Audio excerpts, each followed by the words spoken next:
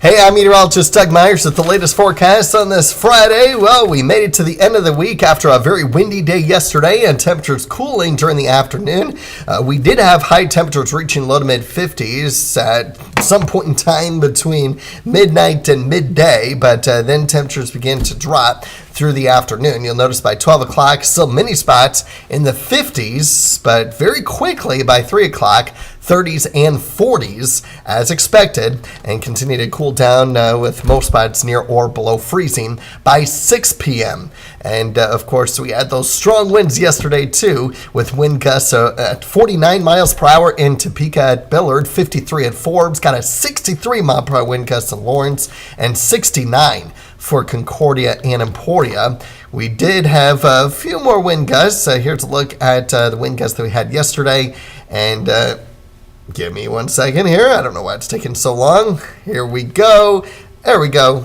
There was a report of 71 in Emporia, even though that showed 69, but there was another report of 71, so may not have occurred at the airport. 69 in Concordia, 64 in Belleville, 63 in Lawrence and Glasgow, and 62 in Valley Falls. So just some strong winds, no matter where you were yesterday.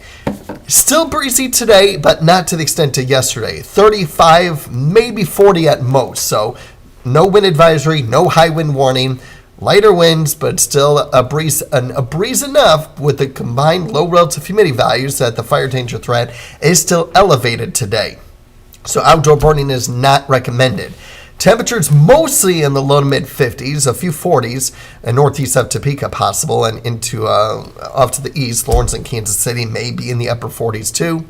I think we'll have very similar temperatures over the weekend. Saturday, upper 40s and low 50s, maybe mid 50s in Emporia. And then on Sunday, temperatures might be slightly cooler due to a weak cold front that pushes through during the day on Saturday. Of course, Sunday is the first day of winter.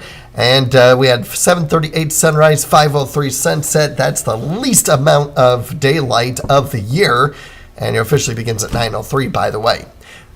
With the breezy conditions possible over the weekend, it's not going to be to the extent of yesterday or today, but winds may gust near 20 to 30 miles per hour on Saturday for tomorrow.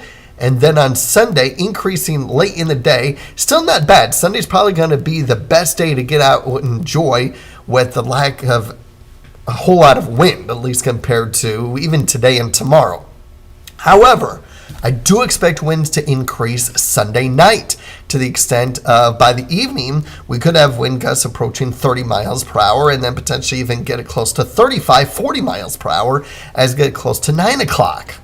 We'll keep an eye on that, but it does look to remain breezy overnight Sunday night, at least more wind compared to what it will be during the daytime hours of Sunday. That's going to keep temperatures mild, so we go from staying above freezing for most areas tonight, back below freezing Saturday night, back above freezing Sunday night, and we may stay above freezing for the entire week. Lows get warmer each day. Highs do too. And yes, I did it. I did put 70 on Christmas Day. Is it possible to stay in the upper 60s? Yes, but I'm going 70. I'm taking that leap. So, obviously no snow next week, unfortunately, and no precipitation at all for the European model through next Sunday. All the snow stays well up to the north, so that's where you need to be if you want to see snow at some point in time between now and next Sunday. The GFS, it's dry through next Friday. However, the GFS does indicate that we could get some very heavy rainfall for the Christmas weekend, the weekend after Christmas, the 27th, 28th. The GFS also has temperatures staying milder, so it is all rain. The Canadian and the European, which has us dry, shows a little bit cooler temperature, so we might have winter precipitation if precipitation were to exist, and we were to usher in those cooler temperatures. Just something to be monitoring. That looks to be our next possibility of precipitation. Across the country, I'm concerned about the northeast and the west coast on Christmas Eve. If you're doing any traveling, the middle part of the country is fine. Yeah, there might be a little bit of spotty rain showers towards the Chicago area on Christmas Eve on Wednesday. But look at that, 68 degrees.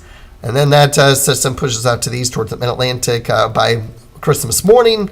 We start to get into a little bit more activity out towards the Rockies on Christmas Day, but not much here in the middle part of the country.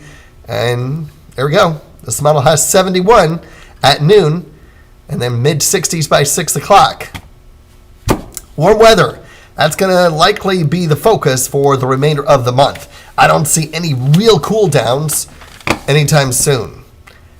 Probability of drier than normal conditions in the 6 to 10 day outlook, but we do get in that equal chances of drier than normal, wetter than normal in the 8 to 14 day outlook. So maybe there's hope as we get towards the end of this month and early January on the potential we might get some precipitation. Speaking of January, Climate Prediction Center also released their January outlook yesterday, and we have equal chances of drier than normal and wetter than normal conditions. And you'll notice where the wetter than normal and drier than normal conditions are across the country. As far as temperatures are concerned, equal chances of below normal and above normal temperatures, with the warmer temperatures down to the south. So we'll be monitoring that too. On the final day of January, they'll release their final outlook.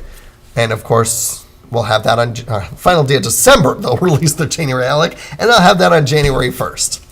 So overall, not too bad over the next 8 days, with Sunday morning being the coldest morning. After this morning, by the way. But after this morning, Sunday morning will be the coldest morning we'll have in a while.